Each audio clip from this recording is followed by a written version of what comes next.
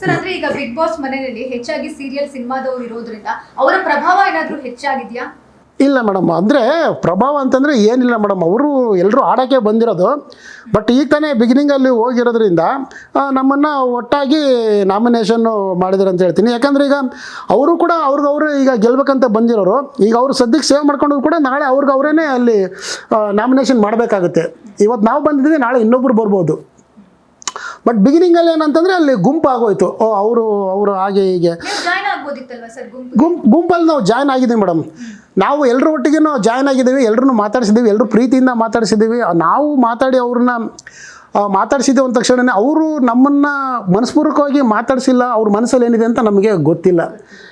ಯಾಕಂದರೆ ನೋಡೋದೆಲ್ಲ ಸತ್ಯ ಅಲ್ಲ. ಈಗ ಒಂದು ಹೇಳ್ತಾರಲ್ಲ, ಕೇಳಿದ್ದು ಸುಳ್ಳಾಗಬಹುದು, ನೋಡಿದ್ದು ಸುಳ್ಳಾಗಬಹುದು, ನಿಧಾನಿಸಿ ಯೋಚಿಸಿದಾಗ ನಿಜವ ತಿಳಿಯುವುದು, ನಿಧಾನಿಸಿ ಯೋಚಿಸಿದಾಗ ನಿಜವ ತಿಳಿಯುವುದು. ಯಾಕೆ ಈ ಮಾತು ಹೇಳ್ತಾ ಇದ್ದೀನಂದರೆ, ಅಲ್ಲಿ ನಾವು ಎಲ್ಲರೂ ಮನಸ್ಪೂರ್ವಕವಾಗಿ ನಾವು ಮಾತಾಡಿಸಿದ್ರು ಕೂಡ ಕಣ್ಣಿಗೆ ಕಾಣದಂತೆ ಇದ್ದವರು ನಮ್ಮ ಬಿಗ್ ಬಾಸ್ ಮನೆಯಲ್ಲಿ.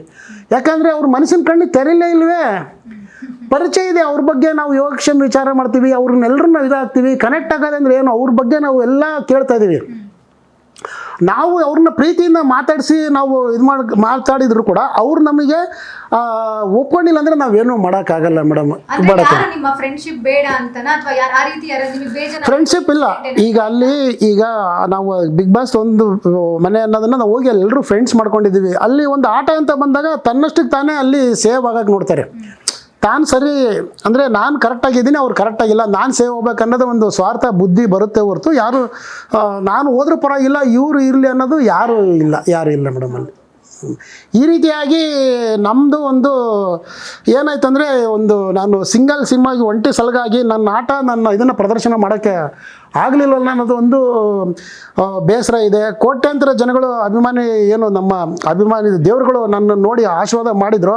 ಅವ್ರಿಗೆಲ್ಲ ಒಂದು ಕಡೆಗೆ ನಿರಾಸೆ ಉಂಟು ಮಾಡಿದೇನೋ ಅಂತ ಹೇಳ್ಬಿಟ್ಟು ನನಗೆ ಯಾವಾಗ್ಲೂ ಇದು ಕೇಳ್ತಾ ಒಂಥರ ಮನಸ್ಸಲ್ಲಿ ಕಾಡ್ತಾ ಇರ್ತದೆ. ಯಾವಾಗ್ಲೂ ಅವ್ರಿಗೊಂದು ಕ್ಷಮೆ ಕೊಡ್ತೀನಿ. ವೈಟ್ ಕಾರ್ಡ್ ಅಂತ ಬಂದಾಗ ನೀವು ಹೋಗ್ಬೋದಲ್ವ ಸರ್? ಅದು ಗೊತ್ತಿಲ್ಲ ಮೇಡಮ್, ಪರಮಾತ್ಮ ಗೊತ್ತು ಅದು ಮುಂದೆ ಏನಾಗುತ್ತೆ ಅಂತಂದು. ಇವತ್ತು ಈ ಕ್ಷಣ ನಾನು ಇಲ್ಲಿದ್ದೀನಿ, ಈ ಥರ ಮಾತಾಡ್ತಿದ್ದೀನಿ. ನಾಳೆಯ ಬೆಳವಣಿಗೆ ಏನಾಗುತ್ತೆ ಅಂತಂದು ನನಗಂತೂ ಗೊತ್ತಿಲ್ಲ ಮೇಡಮ್.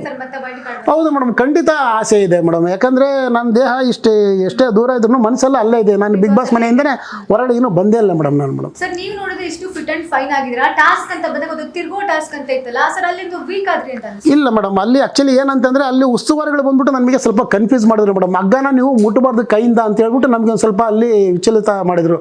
ಯಾಕಂದರೆ ಈಗ ಮಾಡೋರು ಕೈಯಿಂದ ಹಗ್ಗ ಹಿಡ್ಕೊಂಡು ತಿರುಗಿಸಿದ್ರೆ, ಕೈಲಿ ಹಿಡ್ಕೊಂಡು ಇದು ಮಾಡಿದ್ರು. ನಾವು ಹಗ್ಗನ ಮುಟ್ಟಕ್ಕೆ ಬಿಡಲಿಲ್ಲ, ನೀವು ಹಗ್ಗನ ಕೈಯಿಂದ ಮುಟ್ಟಬಾರ್ದು ಅಂತ ಹೇಳಿದ್ರು. ಹೀಗಾಗಿ ನಾವು ಹಾಗೆ ಓಡೋದ್ರಿಂದ ಸ್ವಲ್ಪ ಅಲ್ಲಿ ಕನ್ಫ್ಯೂಸ್ ಆಯಿತು ಮೇಡಮ್.